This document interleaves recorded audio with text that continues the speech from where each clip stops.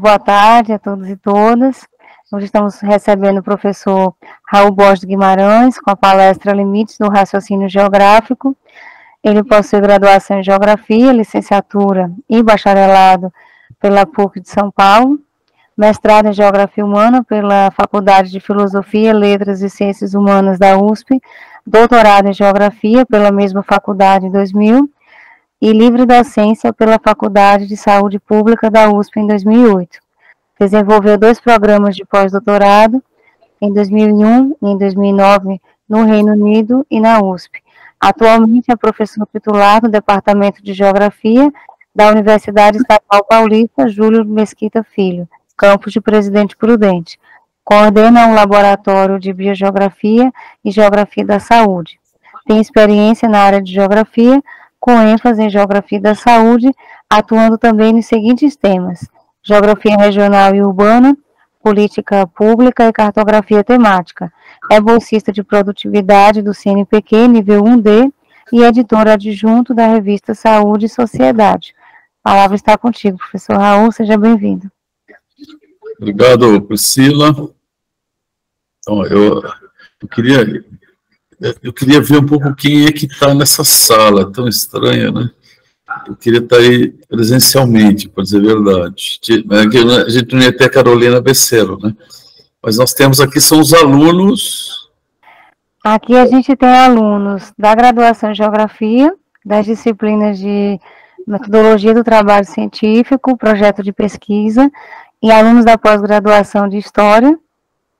E deixa eu ver, sim, tem uma pessoa do canal, né, da Terra e Seus Sinais, né, que é do canal de Xisto, e a professora Carolina, pelo menos são os que eu estou vendo por aqui.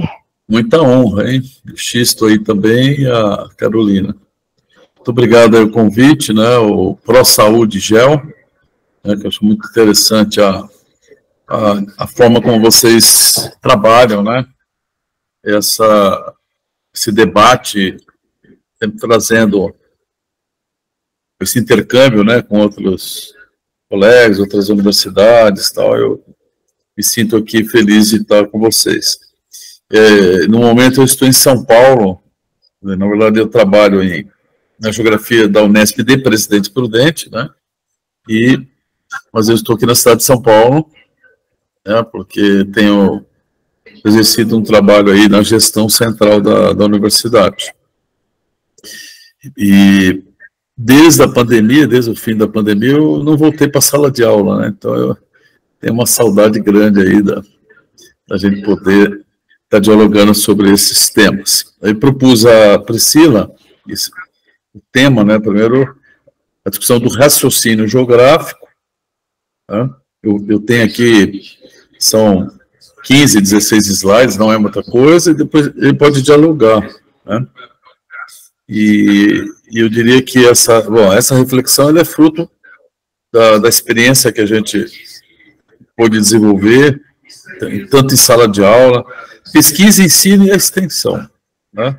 Mas sempre voltados para certos fenômenos, né, que sem a geografia não se consegue entender, e diz respeito à saúde, a saúde das pessoas, né? Então, existem certos fenômenos que acontecem ao nosso redor e, né, que eu digo que é preciso conhecimento da geografia para a gente compreender. Então, eu vou tratar um pouco disso. Ora, a gente está falando aqui de um raciocínio geográfico, uma outra questão que pode aparecer, depois a gente pode debater.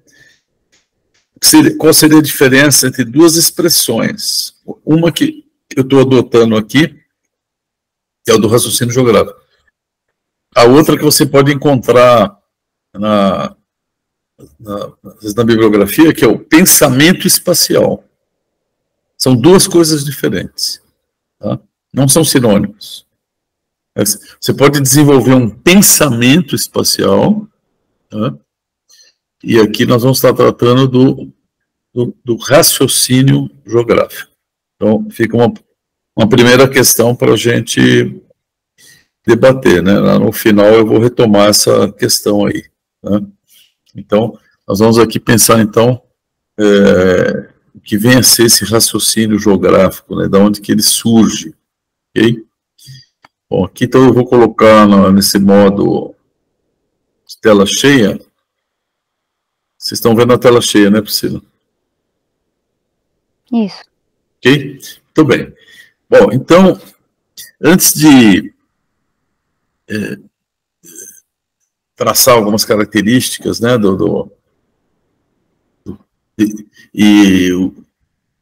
as características desse raciocínio geográfico e os seus limites, né, eu parto da ideia de que a geografia ela é uma forma de existir.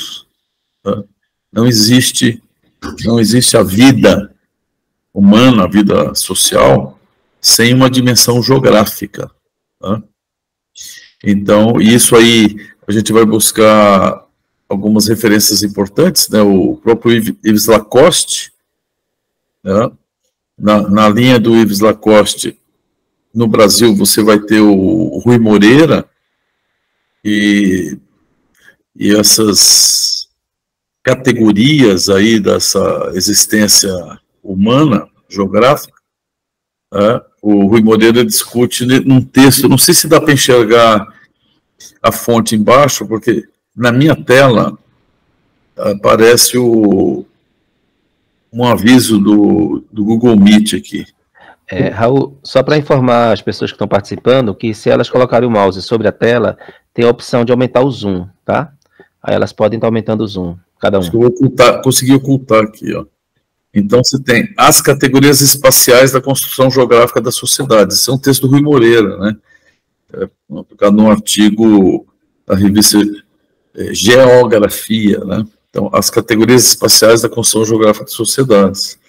Então, baseado na ideia de Lacoste, né? O que o Rui Moreira vai dizer? Que a sociedade, ela é resultado de práticas espaciais, que se perde lá na história, né? Desde a origem da humanidade no planeta, né? Para existir, para construir o seu espaço, né? Estruturar, organizar a sociedade, né? Os seres humanos foram desenvolvendo práticas espaciais, né? A primeira delas, que o Rui Moreira destaca, é a seletividade, né? Então, a organização espacial da sociedade começa com a seletividade. O que significa isso? Quer dizer, os seres humanos, para se fixarem, né, nos lugares, eles tiveram que selecionar o melhor lugar para viver. Tá? A gente poderia dar aí inúmeros exemplos dessa prática de seletividade, né? Por exemplo, você pegar as comunidades indígenas, os povos originários da América, né? Souberam escolher muito bem o sítio, né, onde se estabeleceu o assentamento.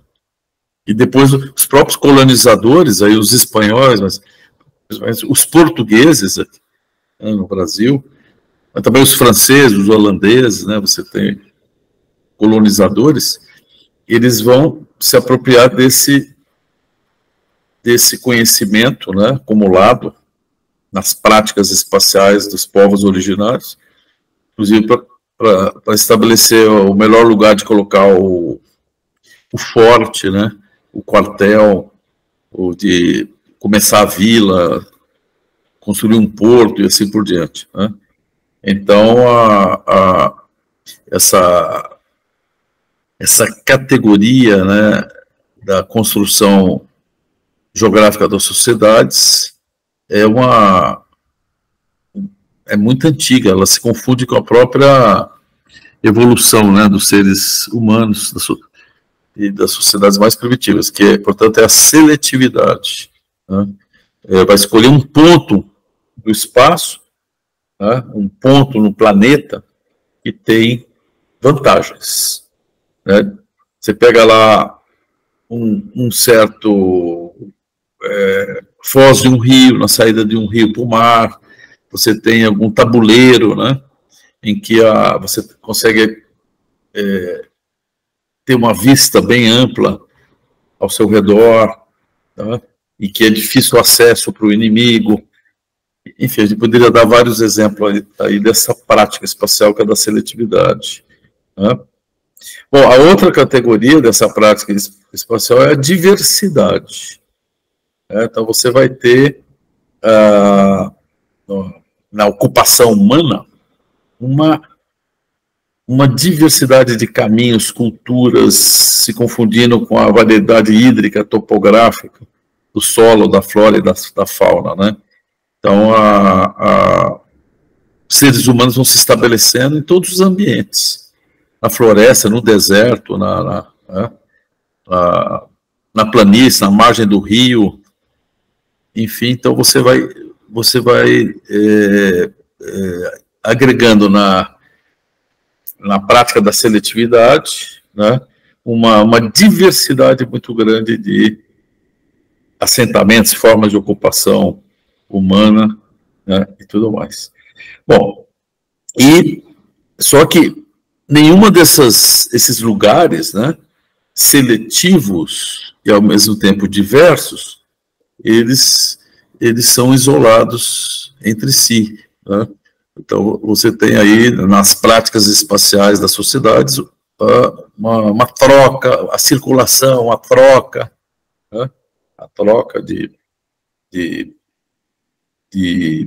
mercadorias, a troca de ideias, a troca de pessoas, né? Que vão circulando, portanto, aí pelo planeta, e com isso vai constituindo uma unidade, né? Então, essa geografia do mundo real, essa forma de existir geográfica, ela é ao mesmo tempo seletiva, diversa e una. Ela é diversa, mas ela forma uma totalidade, né? Por que eu estou falando de tudo isso? Porque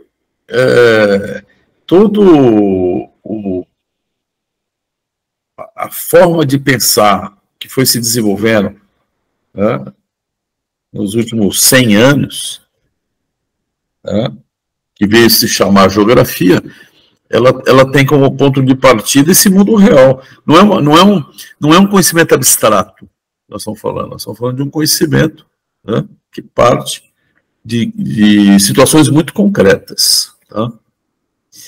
Portanto,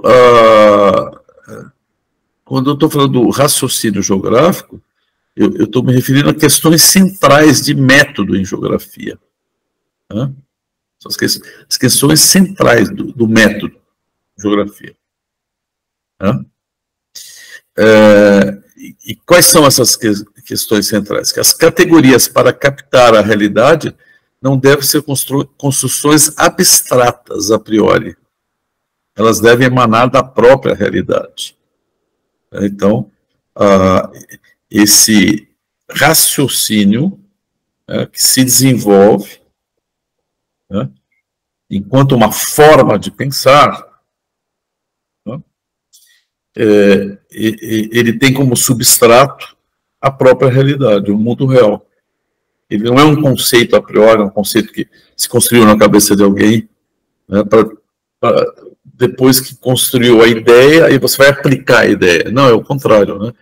Essas ideias foram sendo formuladas e desenvolvidas a partir do conhecimento do mundo real.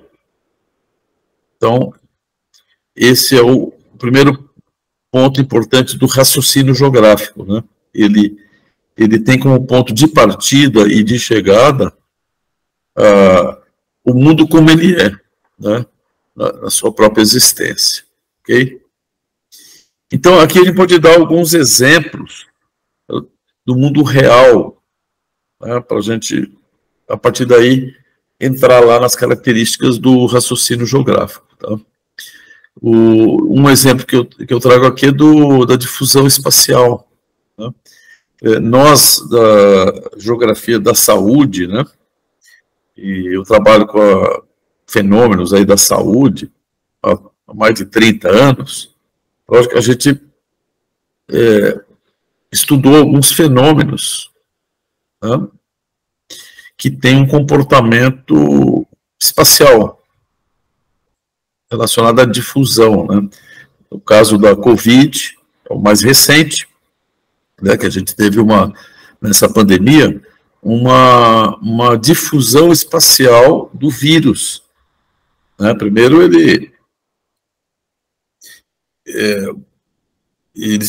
a transmissão, né, entre seres humanos, né, pelos estudos, indica que teve início na província de Hubei, na China, né, centro da China, mas em 3, 4 meses, isso era novembro de 2019, né? E quando foi fevereiro, março de 2020, portanto, 4 meses depois, o vírus estava presente em 180 países. Tá?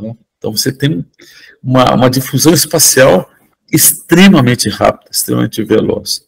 Né? Então, esse fenômeno foi estudado pela geografia, né? Quais são as rotas por onde esse vírus seguiu o caminho, né? E para isso se utilizou de muito conhecimento que a geografia tem sobre esse tema aí, difusão espacial. Né? Aqui eu tenho alguns exemplos de difusão espacial, né? Que se comporta, né, como uma onda. Né? Aqui o exemplo, você tem as ondas de migrações, né?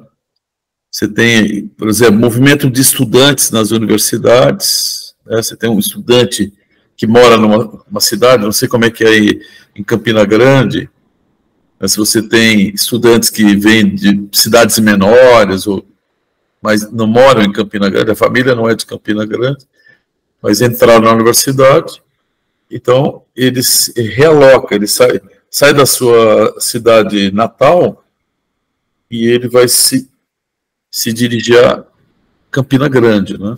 Ele vai mudar de cidade. Esse é um tipo de deslocamento como uma onda. Né? A onda está num ponto A, como você está vendo aí na figura, a situação inicial, e no momento seguinte ela está na situação B. Né? Ela se desloca de um ponto A para um B, por exemplo. Né? Isso é um fenômeno que você pode observar, não é só da saúde, fenômenos populacionais, como das migrações, como está dado o exemplo aqui. Tá? Um outro exemplo, né, que é o da expansão. E aí você tem os exemplos da difusão por contágio. Né?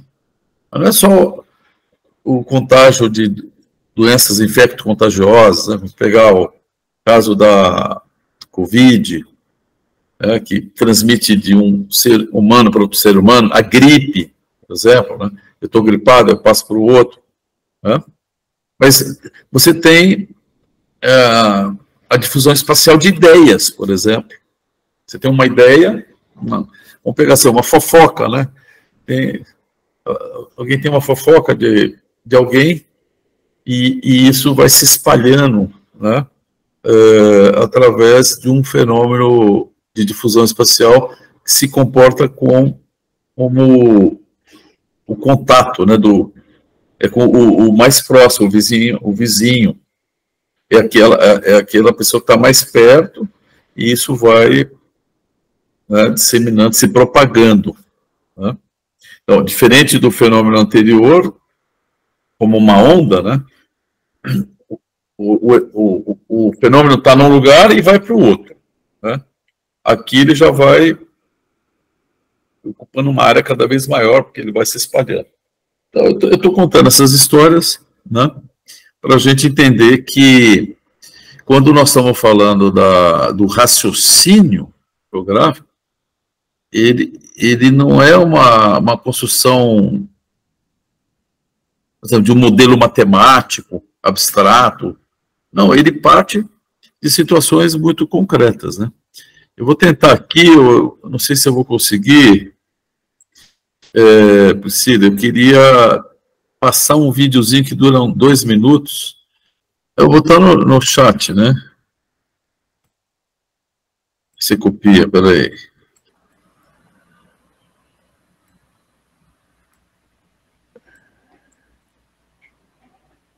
Aqui um exemplo. Eu pus o chat. Também de um fenômeno concreto que é a transmissão da gripe, né? Vamos ver como é que é. O videozinho vai mostrar para nós.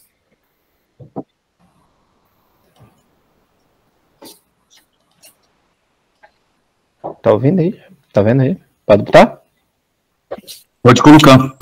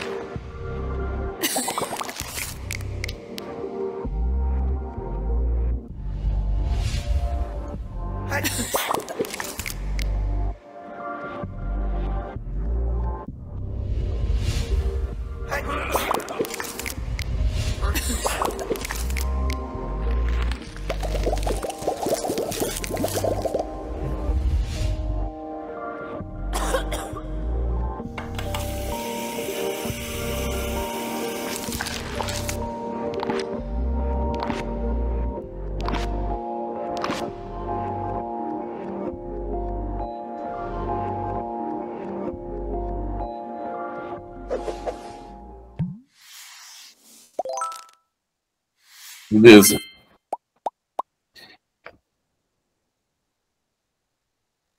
Muito bem. Então, né, nós tivemos aí um exemplo que é um tipo de difusão espacial por contágio. Né, que eu mostrei 2 tipos, um por realocação, um outro por contágio, né?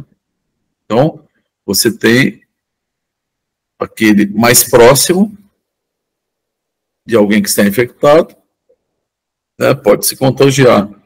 E existem algumas condições para que esse processo seja mais rápido ou mais lento, né? Então, ali o vídeo mostra o fato de, quando eu estou diante de um vírus novo, ninguém tem imunidade, né? Então, a infectividade era muito alta, né? E nenhum organismo estava imune. Não tinha vacina e o organismo não conhecia, né, esse vírus. Então, você tem um processo assim, né, de infectividade muito rápida, um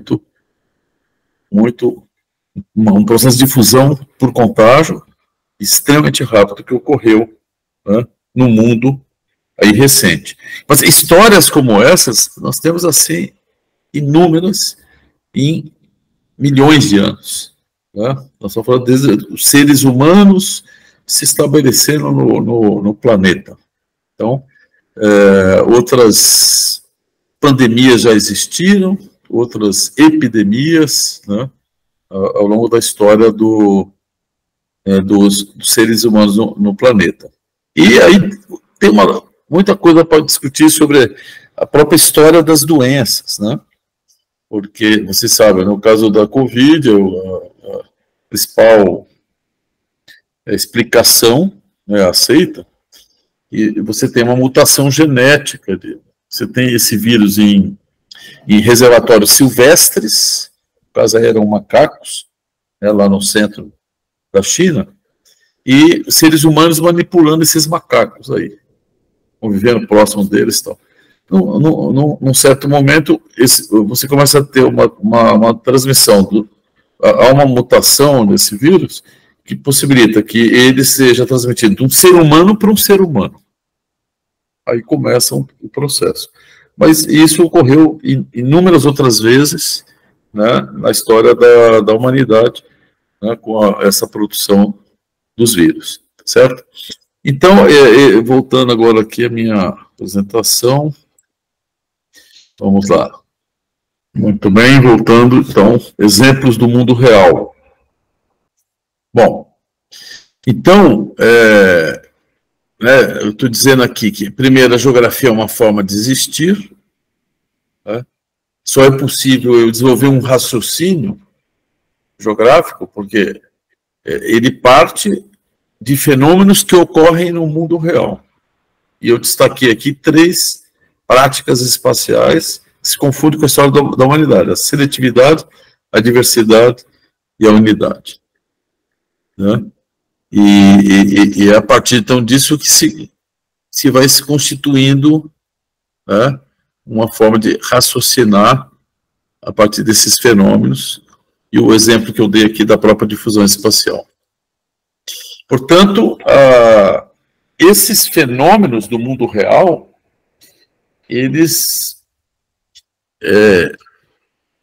provocam a gente a pensar em algumas perguntas. São perguntas espaciais, né? Então, aqui listadas algumas. Onde ocorre o evento? Então, eu estou falando de um evento que é fruto de uma prática espacial, e ele tem uma localização, ele ocorre em algum lugar. Onde ocorre o evento? Isso é uma pergunta espacial. Onde estão os limites espaciais desse evento, né? Então, ele ocorre em algum lugar e ele vai até um certo limite. Quais são esses limites? Até que distância desse local os eventos ocorrem? Então, ele tem uma localização e ele vai até uma certa distância. O caso da gripe, que eu estava falando. Qual a distância que eu tenho que ter para uma outra pessoa para que quando eu espirro, né, esse vírus não chega até aquela outra pessoa, né? Então, o fenômeno da transmissão, ele vai até uma certa distância. Qual é essa distância? Bom, existe regularidade na distribuição espacial do evento? Então, eu consigo identificar algum padrão de distribuição desse evento? O evento sempre ocorre no mesmo lugar? Percebe? Então, há certos fenômenos sociais, certos fenômenos que ocorrem no mundo, que, para nós compreendermos eles, nós temos que responder perguntas espaciais, tá? Que são essas aí que eu elenquei. Tá? Bom, é com base nisso que a geografia, né, enquanto ciência, ela vem acumulando uma série de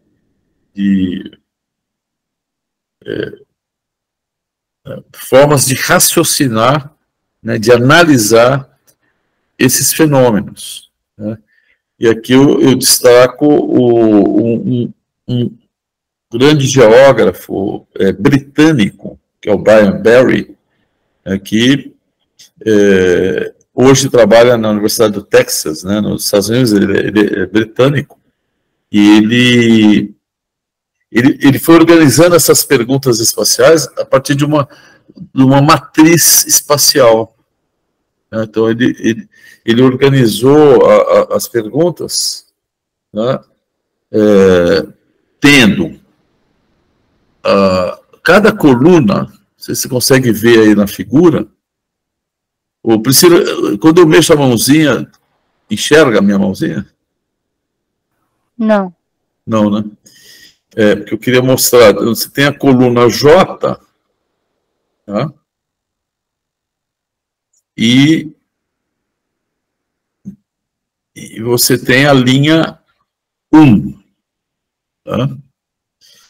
Então, cada linha é um lugar. Cada coluna são características. Características, né, que você tem daquele lugar. Por exemplo, está na montanha, está na praia, está na floresta, está na savana, né, na beira do rio. Então, você tem uma série de características desse tipo, né? Está na cidade, está no campo, assim por diante. Né? E você tem lugares. O Brian vai dizer, bom, o fato geográfico é essa célula aqui, que é essa junção da coluna com a linha. Né? Então, eu tenho uma dada localização e certas características. Né? E é isso que vai se chamar fato geográfico. Você pode falar, para que serve isso? Que bobagem que é essa? Para que ele está me mostrando essa matriz? Olha, a matriz geográfica de Berry, lá embaixo eu pus a fonte, ela foi publicada em 1964.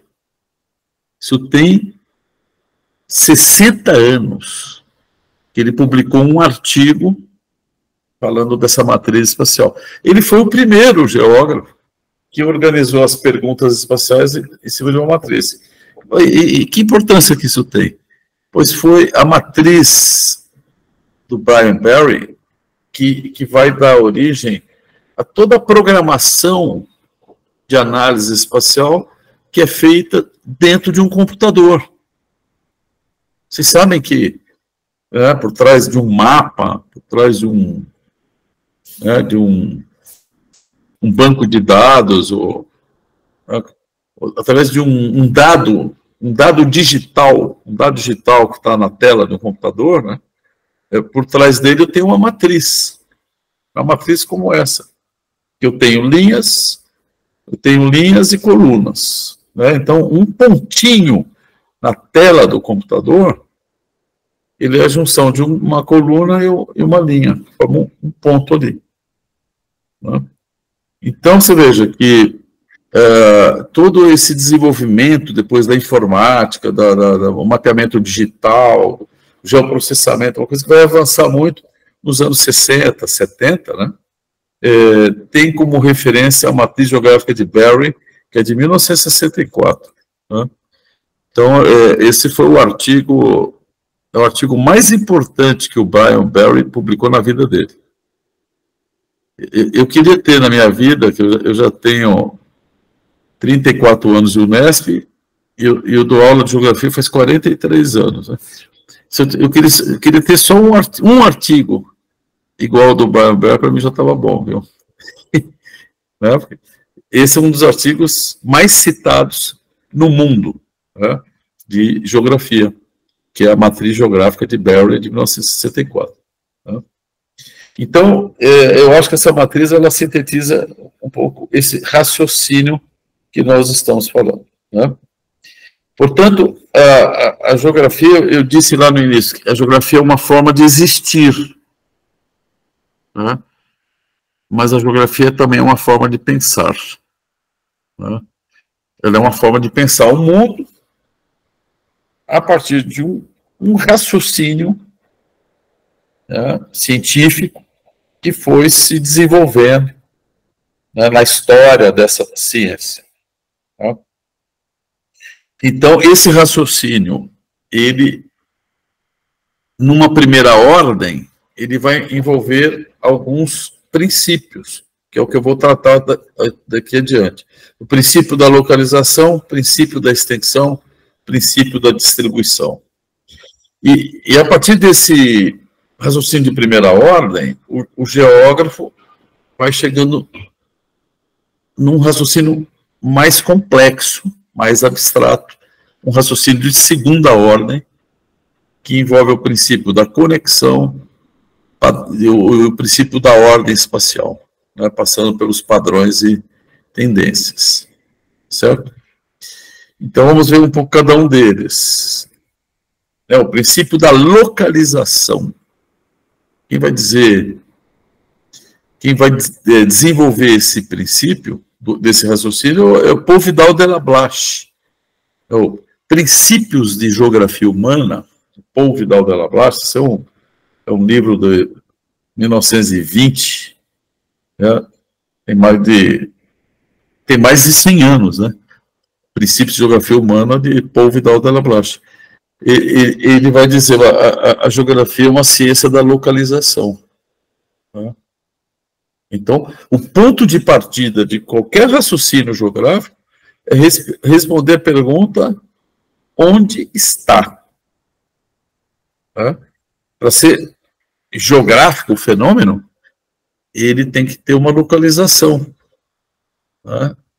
Ele está localizado em algum ponto da superfície terrestre, né? Portanto, o princípio da localização é resultado daquela prática espacial que o Rui Moreira falou lá no início, que é a prática da seletividade. Né?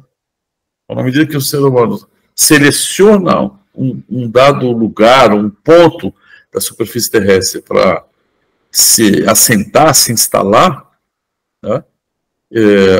A seletividade, ela produz uma localização. Né?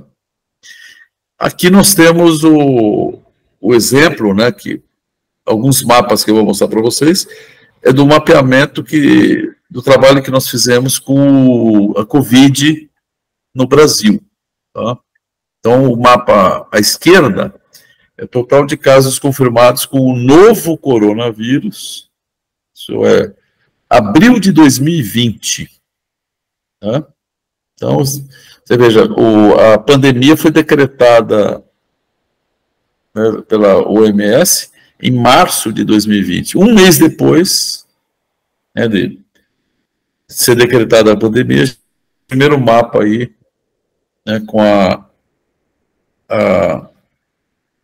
localização dos casos confirmados por município do Brasil.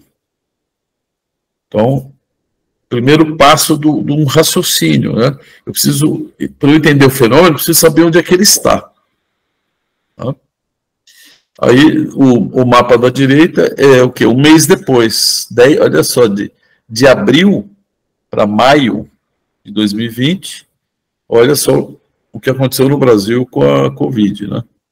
Então, ela chegou se alastrando, mas o primeiro passo na nossa análise do fenômeno é eu ter um mapa de localização, aonde está o fenômeno. Né? Bom, isso vai nos levando, né, o mapa de localização, né, leva o raciocínio já a dois outros passos. Imediatamente, eu tenho uma ideia da distribuição. Né? Porque a distribuição é um conjunto de localizações. Né? Então, esse conjunto de pontos onde o evento está localizado me dá uma ideia de como é que ele está, como é que ele se distribui pelo espaço. Né? E é Paul Vidal abaixo também que vai dizer, bom, um outro princípio desse raciocínio é o da extensão. Eu tenho localização, distribuição, extensão. Então, a extensão diz respeito até onde vai o fenômeno. Então, eu tenho uma primeira pergunta, onde que está o fenômeno? E, como decorrência disso, eu começo a entender como ele se distribui e até onde ele vai. Qual é o limite dele, até onde ele se estende. Né? E isso é o que a gente pode chamar de um raciocínio geográfico de primeira ordem, porque é um trabalho mais descritivo, né? Eu observo o fenômeno e começo a descrever do ponto de vista geográfico. Isso envolve certos processos do raciocínio, que envolvem localização, distribuição e extensão. Né? Bom, e na medida que eu vou desenvolvendo um raciocínio geográfico do fenômeno, né, eu vou partindo para raciocínios mais complexos, né, o que vai envolver um raciocínio de segunda ordem, né, que exige eu compreender conectividade, a conexão entre esses fenômenos. O que um ponto tem relação com o outro. Tá? Então, o autor que vai desenvolver esse princípio do raciocínio geográfico, né, vai ser Max Sorre, isso já na década de 30, Maximiliano Sorre, ou Max Sorre, né, ele vai dizer, ele vai tratar do princípio da conectividade. Nenhum ponto é isolado do outro. Né? Qual é a relação de um ponto com o outro? Esse é o princípio da conectividade. Né? E aí a gente começa a fazer algumas análises de estatística, de geoestatística, né? E tenta ver se a correlação entre esses pontos. Né? Aqui nesse mapa você tem é um mapa de densidade dos pontos. Né? Então, onde você tem uma maior concentração daquelas localizações, onde quase é zero. Então, eu começo a trabalhar a densidade, né? E aqui a gente correlacionou com os pontos luminosos e os pontos opacos, né? Então, nós pegamos um mapa, na verdade, uma imagem de satélite do Brasil à noite, né? Então, onde você vê mais em amarelo aí, onde você tem a luz das cidades, né? E a gente chamou isso dos espaços luminosos, lembrando lá o Milton Santos. E aonde não tem a cidade, não tem a luz da cidade, você tem uma maior escuridão. E sobrepomos a essa imagem de satélite do Brasil visto à noite, as áreas de maior densidade de localizações, né, com Covid. Então, olha que interessante o resultado, a correlação entre o Brasil urbano, né, o Brasil das metrópoles, e a maior concentração desses pontos aqui que você vê, né, principalmente no mapa da direita aqui. Aqui você tem os pontos. No mapa seguinte já é uma densidade de pontos sobreposta a uma outra informação, que é o Brasil visto à noite. Tá? Bom, e aí esse processo de conectividade vai avançando na análise espacial, né?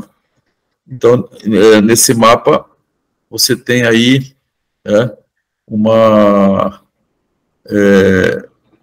mapa de correlação, né, entre o número de casos de Covid e a taxa de urbanização. Né? Então, onde que você tem a correlação mais forte, né, desses dois elementos? Bom, e até chegarmos, né, numa análise de um padrão espacial, de tendência, a tendência da difusão espacial. Então, como que o fenômeno foi se espalhando, né, pelo território brasileiro. E então, o que nós temos aqui? Quanto mais escuro o mapa, o primeiro caso ocorreu há mais tempo. Né? Então, você pega o primeiro caso, qual é a data do primeiro caso que ocorreu naquele ponto ali. Né? E você põe numa escala de cores. Quanto mais escuro, mais antigo. Quanto mais claro, mais recente. Né? Então, com essa análise, né, da distribuição temporal, né, eu tenho aí a relação entre o tempo que o vírus está presente naquele lugar e o espaço. Né? A gente vai identificando, né, por onde que começou o fenômeno e para onde que ele foi se espalhando. Né? Então, você sai de uma análise de localização, distribuição, e já começa a olhar um certo padrão, né, do fenômeno, uma certa ordem espacial. Né? Aí, quem vai discutir esse princípio da ordem espacial é um outro geógrafo, que é o Pierre Georges. Né? Pierre Georges, que vai discutir nos anos 60 esse princípio da ordem espacial, ou seja, a ordem espacial, ela envolve uma compreensão mais abstrata, né? Você chega um pouco na estrutura, a estrutura que está por trás daquele fenômeno, a estrutura espacial que está por trás daquele fenômeno. Então, por que eu estou contando essa história?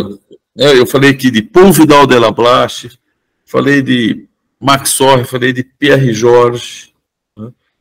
Porque o raciocínio geográfico, ele foi se desenvolvendo, né, com a história da ciência geográfica. Isso levou aí, nos últimos 100 anos, né, que foi se construindo essa forma de pensar, né, que eu estou chamando aqui do raciocínio geográfico. Né? Bom, até chegarmos, né, nesse último mapa, uma síntese, isso aí é um mapa que nós fizemos são as estruturas espaciais da Covid no Brasil. Então, um mapa de síntese, né, que mostra, portanto, uma ordem, né? Quer dizer, esse fenômeno no Brasil, certamente, não sei se vocês veem essa linha tracejada, preta tracejada, né, separando a Amazônia, né, do restante do Brasil, né, certamente o fenômeno, né, a difusão da Covid no Brasil, ela teve dois padrões. Um é o padrão amazônico, o outro que é o padrão do centro-sul do país. Tá? Você tem, um fenômeno, o que está ali, uma faixas, ele está delimitado assim com umas faixas, são as áreas, né, metropolitanas, né? Então, São Luís, Belém, Fortaleza, Recife, Salvador, Brasília, Rio de Janeiro, Vitória, Cuiabá, enfim. Então, você tem um padrão, né, dessa difusão metropolitana. Os eixos rodoviários, por exemplo aqui, Belém-Brasília, né, o Cuiabá-Porto Velho. Então, você tem aí uns eixos rodoviários, né, que foram eixos de expansão, de difusão da doença, e por aí vai. Então, o mapa é bem diferente daquele inicial, o da localização. Aqui eu tenho só onde está. Né? E o último mapa, ele já me trata da estrutura espacial, de uma ordem, né, que está por detrás de todo esse fenômeno da difusão espacial da Covid no Brasil. Né? Então, com isso que eu falei, eu estou apontando alguns desafios para a geografia diante de problemas práticos. Né? Para eu começar a discutir geografia, eu preciso responder essas perguntas. Onde se localiza? Por que se localiza ali, não em outro lugar? Como se distribui? Né? E por que se distribui dessa maneira e não de outra forma? Né? São indagações que mobilizam o pensamento espacial para interpretar as paisagens e compreender um fenômeno socioespacial. Né? Agora, desafios para a geografia a partir da realidade. Ao mesmo tempo, eu estou dizendo que esse raciocínio exige a gente ultrapassar o nível mais descritivo da pesquisa geográfica, um desenvolvimento de uma teoria do espaço, capaz de alcançar o entendimento das estruturas maiores que existem e atuam no mundo em constante movimento e transformação. Então, é o princípio da ordem espacial, né? Então, o raciocínio geográfico, ele exige que a gente vá além de simplesmente descrever, né, o fenômeno, para buscar um entendimento mais profundo desse fenômeno, do ponto de vista geográfico, segundo o Pierre George, é a gente chegar numa compreensão da ordem espacial, né, que atua ali no mundo, né, e que sustenta, né, a existência daquele fenômeno, aquele padrão que está ali, né. Mas o tema dessa minha exposição diz respeito aos limites do raciocínio geográfico, né? Então, eu falei até agora as características desse raciocínio geográfico, né? E onde estariam os limites? Eu estou dizendo aqui que o limite do raciocínio é o próprio mundo real, né? Então, o meu ponto de partida eu tentar explicar o mundo real, os fenômenos que estão ao meu redor, né? Esse é um limite. E o outro limite é essa outra frase que está aí embaixo, de garantir que as vozes das comunidades sejam representadas, né? Quer dizer, é lógico que esse raciocínio geográfico foi um acúmulo histórico da ciência geográfica, né? Mas eu só citei aqui autores franceses, né? Homens brancos. Fica de fora de tudo isso, né? Que elementos envolveria o raciocínio geográfico que eu leve em conta as questões étnico-raciais, né? Se eu pensar uma geografia africana, né? Uma geografia indígena, uma geografia afro-brasileira, uma geografia feminista, né? Então, do ponto de vista de gênero, por exemplo, ou do ponto de vista mesmo das mulheres, das geógrafas, né? Como seria esse raciocínio, né? Então, eu vou deixar em aberto essa questão para a gente conversar aqui, né?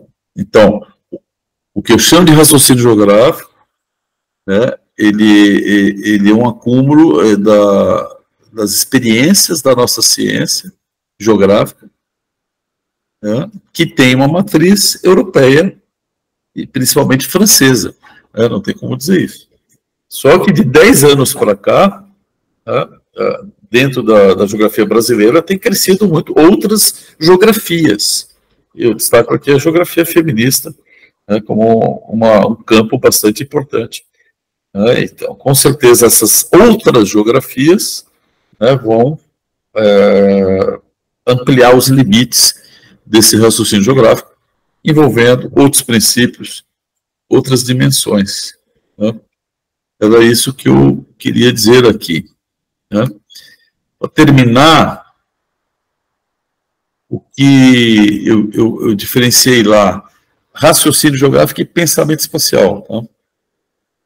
Quando a gente vai buscar na literatura, né, pensamento espacial, eu trabalho um pouco na fronteira com a psicologia cognitiva.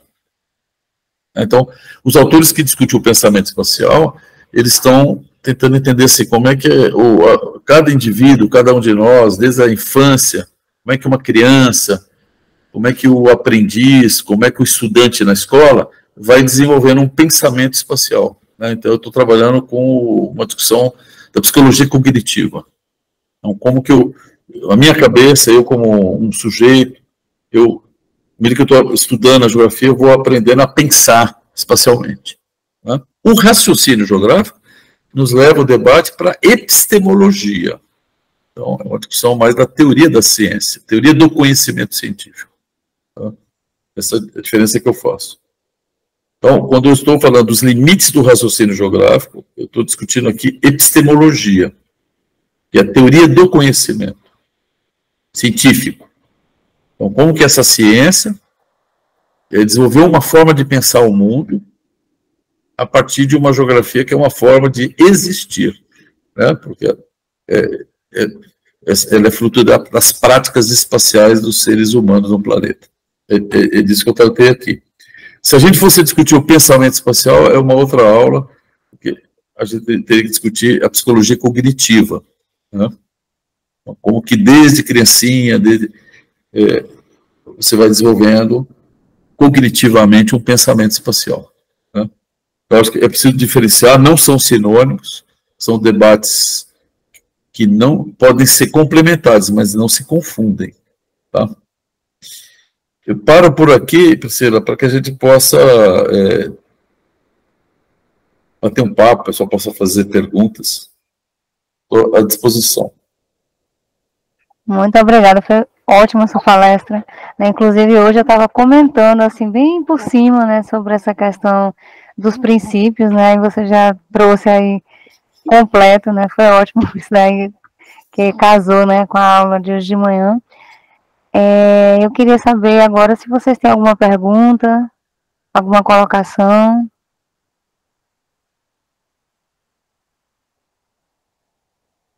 Carolina, Xisto. Oi. Parabéns, Raul. Sempre trazendo, na verdade, provocações, né? Sempre colocando para ter ponto de partidas. Raul, tem uma coisa que me chama a atenção. Quando teve o período da pandemia, a geografia foi muito requisitada, né? Você mesmo foi convidado para alguns programas, para algumas emissoras, para tentar explicar a espacialização. E a geografia ela tem isso, né? Ela em momentos de crise, ela é convidada, passou a crise, parece que a gente sai de cena. Né? Aí eu queria saber de você, esse sair de cena, falta de articulação nossa ainda, quer dizer, a gente não está conseguindo fazer uma geografia aplicada o suficiente para permanecer mostrando para a sociedade que temos o que nós produzimos, a nossa importância, nossas atividades, porque parece que os trabalhos ficam muito na academia ainda, né? A gente resolve muitos problemas, mas ficam na bancada da academia. Eu digo isso porque eu estou com um canal no YouTube e eu vejo as pessoas, elas têm a necessidade de ter orientações, de ter explicações sobre os fenômenos que nos rodeiam. Tá certo? A Ju Bueno está aí, ela é do canal e tal.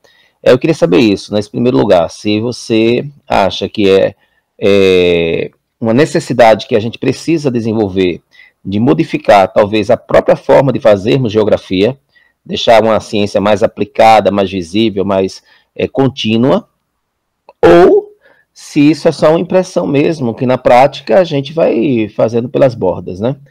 E quando você fala da questão da localização, e eu sei que você mencionou aí a questão da distribuição, mas eu fiquei pensando, aquele mapa que você mostra da espacialização da Covid, se por um lado pega as áreas urbanas e não pega as áreas rurais, por outro a gente se deparou com um problema muito sério da mobilidade, que é a acessibilidade, a dificuldade que a gente teria acesso.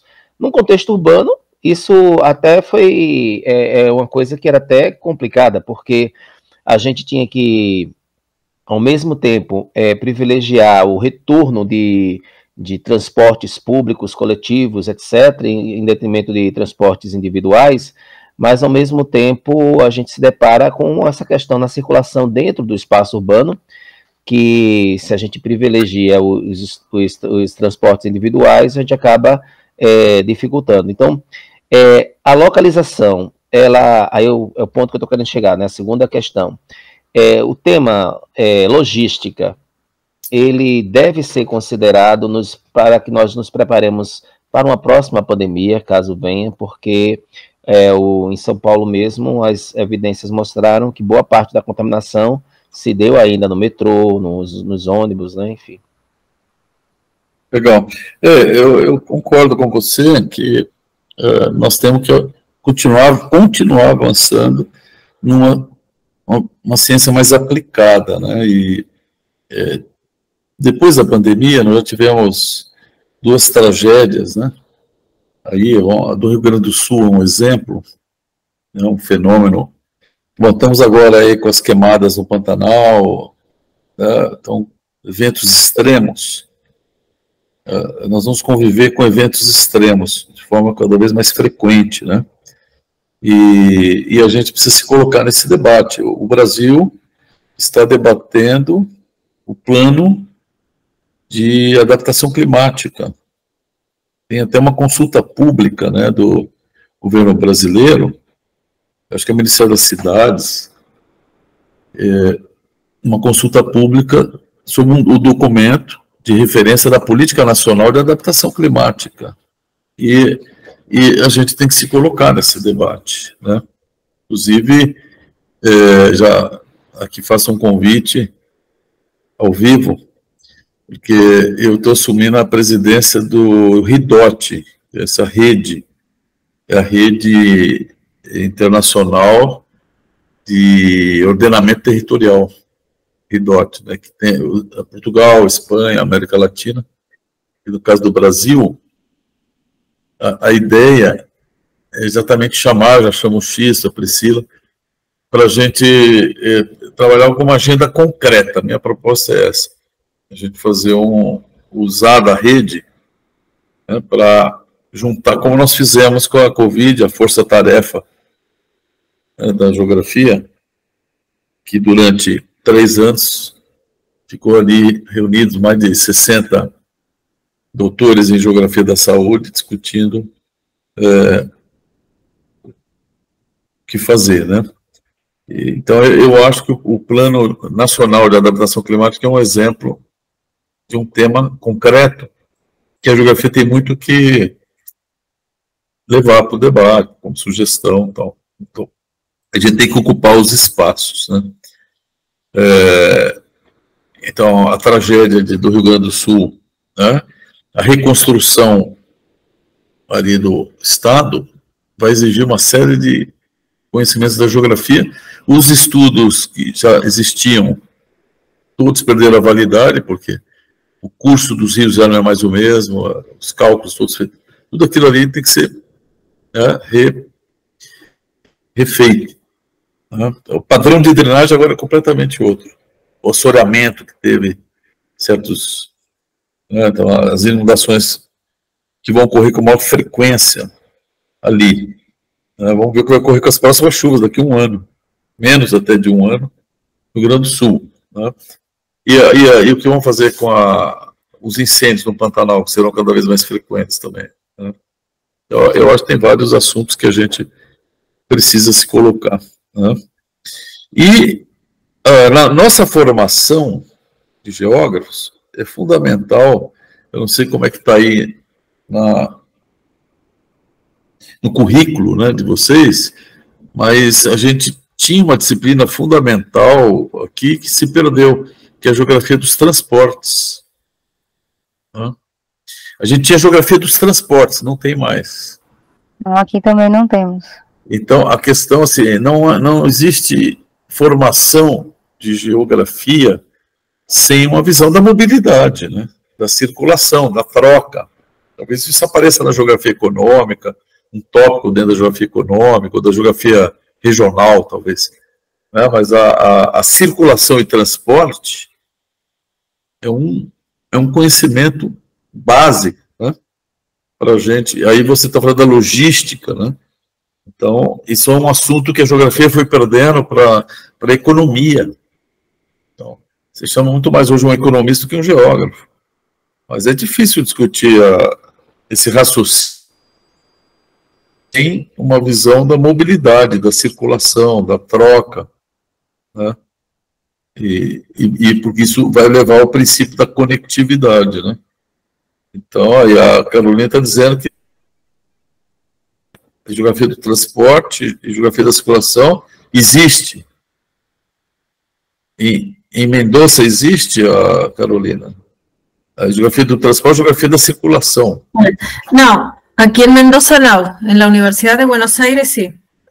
Duas matérias diferentes. O transporte e a geografia da circulação, na Universidade de Buenos Aires, né? Uhum. E aqui nada. Aqui na Unesco havia a geografia do transporte. Aí, numa reforma curricular, tiraram. Então, é uma perda muito grande do conhecimento mais clássico, né? Que a geografia tinha esse conhecimento. Aí vai passando para a economia, já vai se enfraquecendo, né? Então, eu acho que é um tema da maior importância para entender para fazer esse raciocínio, né? Mas interessante.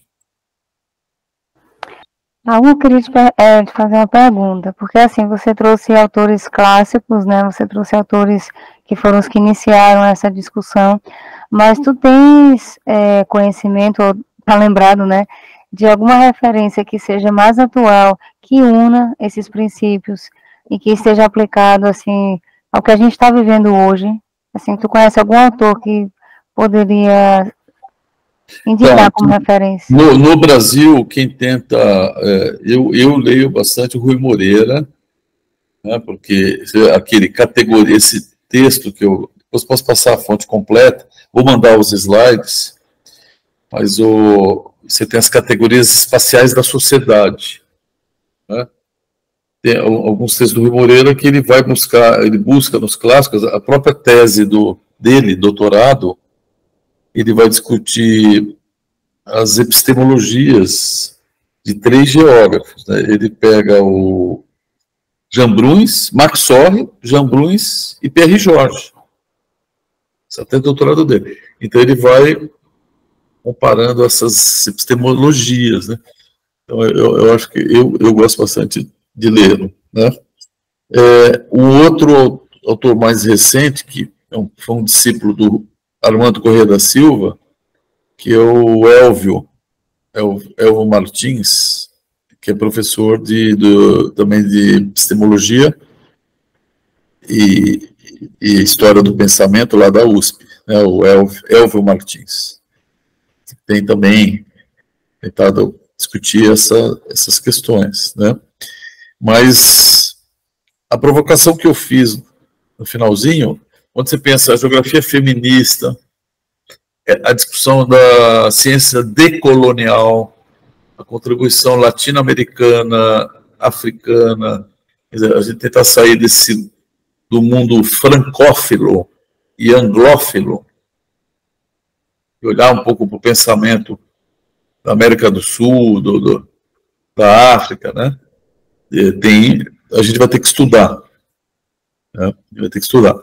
Então, hoje, mais de 50% dos alunos da Unesp são pretos, pardos e indígenas. Nós temos a política de cotas. Né? Mais de 50%. E o movimento negro, ele tem questionado a universidade. A gente não incorpora nas nossas programas de disciplinas esses autores, né? Então, a Unesp comprou recentemente 80 livros de autores negros, 80. A lista era de 120, mas vários livros foi difícil a universidade comprar, porque às vezes é uma editora, uma gráfica de fundo de quintal, uma coisa mais caseira, você não consegue comprar numa licitação pública, né? Então, nós compramos 80 títulos. Nenhum desses livros estavam nas nossas bibliografias das disciplinas, né? Então, fica aí uma grande interrogação, que eu pensei, quais são os limites do raciocínio geográfico, decolonial, feminista e assim por diante. Eu acho que de 10 anos para cá nós estamos acumulando outras formas de pensar que também vão ser importantes, né? Porque essa forma de olhar o mundo, ela não é só masculina e branca, Tem uma dimensão de classe, de gênero, de étnico-racial. Tá? Se pegar a geografia indígena, não sei como é que está na Paraíba, mas aqui em São Paulo é fraquíssimo. Mas eu sei que no Acre tem muita coisa, né? No Acre tem um atlas indígena, no Amazonas tem, no Maranhão eu vi lá, né? A gente viu lá no GeoSaúde, o encontro ibérico da língua portuguesa, né? Foi em São Luís do Maranhão, a professora indígena, né? E que é de Imperatriz. Então, a questão da cultura, né, dos povos originários enfim, eu acho que é um chão aí pela frente. Mas isso não quer dizer que a gente não deva ler os clássicos, né? Que inclusive a gente parou de discutir nas nossas aulas, né? Então, o Princípios da Geografia Humana do Lablache, né? o Princípios da Geografia do Max Orre, a Geografia Humana do Jean Bruns, né? Então são clássicos, né? E precisam ser conhecidos, estudados também. Carolina, foi uma honra, um prazer, você está para sair. Ontem eu conversei com o Jorge Pickenheim, nós estávamos com saudades e marcamos um bate-papo lá de 1 hora e falamos de você, falando do Ricardo e de exatamente vocês, os mais jovens, como a Carolina está aqui junto com a Priscila, vocês jovens, essa geração, se conhecerem mais, se trocarem experiências e tal. Né? Bom, até logo. A gente se vê. Tchau. Até logo, Carolina. Obrigada por estar presente. Tchau. Gente, alguém tem mais alguma pergunta, alguma colocação? Boa tarde, professora. Boa tarde, professor. Olá. Eu gostaria particularmente... me chamo Enia Gabriele. Eu gostaria só de agradecer mesmo. Hoje, mais cedo, como a professora já havia dito, ela falou um pouquinho em sala, né, sobre essa questão dos limites geográficos. Ela falou também características das teorias e, de certa forma, tudo se engloba um pouco. E, para mim, foi bem gratificante, porque, como os professores sabem, eu pretendo fazer o meu TCC voltado para impactos da energia eólica na minha cidade, no Rio Grande do Norte, que é uma cidade pequenininha, de interior. E aí, quando o senhor traz o raciocínio de primeira ordem, por exemplo, que tem mais a ver com a questão do lugar, né? A gente vendo em modos gerais, sabe que a energia eólica é uma grande promessa, assim, para o Brasil e para o mundo, é muito positivo e tudo mais, mas quando a gente vai um pouquinho, assim, mais a fundo, ver onde ela está sendo implementada e os impactos, aí percebe que talvez não seja tanto isso que as pessoas tanto pregam. Então, eu achei bem interessante, achei muito bacana, porque só impulsiona mais esse estudo, essa vontade de ir mais a fundo nas partes mais minuciosas possíveis do que eu quero estudar, para mostrar outras coisas, outros limites, outros raciocínios geográficos, além do que falam de modo geral, assim. Então, era mais pedir obrigado mesmo pela palestra. Legal, Enia. Obrigado. Mais alguém? Acho que não. Então, gente, eu queria agradecer demais a presença de vocês, viu? E agradecer também, professor Raul, mais uma vez, pela participação, professor Xisto, né, também de ter dado apoio, né, inclusive no vídeo. E a gente encerra por aqui, tá certo? Ok. Posteriormente, se tiver alguma coisa mais, aí eu repasso para o professor Raul, alguma dúvida, tá certo? Obrigado, Priscila. Eu vou mandar, então, os slides e qualquer queira a gente trocar bibliografias, eu estou à disposição, a gente estudar juntos esses temas. Né? Tá bom. Não, que é um tema, inclusive, que eu estava comentando hoje pela manhã, né? Que eu disse assim, a gente não vê no nosso currículo, mas existe. E a gente está aplicando hoje e não está indo atrás do que realmente a gente tinha, né? De base para poder a gente trabalhar hoje de geoprocessamento e tanta coisa, né? Que está sendo discutida. Sim. Mas é mais nesse sentido mesmo. Tá ótimo. Vou parar aqui a gravação.